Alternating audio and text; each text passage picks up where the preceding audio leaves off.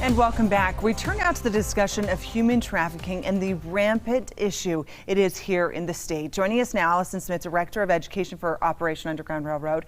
Thank you for joining us here today. It's a pleasure. It is a topic that is difficult to talk about, but necessary, especially following the story that Ali O'Reilly just shared. Absolutely. Tell us, first off, Operation Underground Railroad, what is the service that you provide? The goal of Operation Underground Railroad is to eradicate human trafficking throughout the world. And we also stand solidly by survivors through their healing journey. So and that important. is quite the journey. Mm-hmm. Can you talk to the problem here in Utah? Do we as a society understand just the depth of this issue? Most individuals don't realize that it's happening right here, and it absolutely is happening in, I would say, without hesitation, every neighborhood, every socioeconomic status dynamic. It is happening here in Utah, and we have lots of those that we are serving here in Utah as well. Tell us then about this case specifically, what we're learning about this missing teenager out of Layton, and how common, again, this problem of survivors that have gone missing. Yeah, so it's one thing for survivors to experience some assistance and have some recovery in terms of, going and meeting some at this facility, for example, and getting some services. But because of the trauma that they have been through, it is extensive, and they will be triggered at many things that we wouldn't necessarily expect. And so that is something that can really cause someone to flee. And again, it's because of the trauma they have experienced. It has a massive effect on their mental well-being. Okay, Allison, I don't know, are there any, where we are at in this case specifically with Layton, is there any insight that we could offer to those at home to be able to assist in this, or any other topic in that regard? Well, in terms of the case with Layton, what I would say is absolutely, reaching out the way the parents have done, that's fabulous. I think that's just great.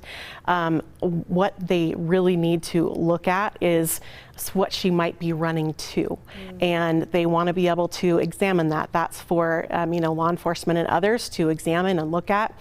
But really, that individual, for whatever reason, was triggered, and so she felt the need to flee. And in the trauma response, that is very common. It's counterintuitive to what we would think someone would do, but they often flee. Oh, the mental health care and the aftermath, the mental health issues that happen because of this very real trauma. What's the importance of having that help and assistance and mental health care following something like this? Mental health care is absolutely vital. It's also important that individuals that work with survivors meet them where they are, that they support them in the way that they indicate that they need.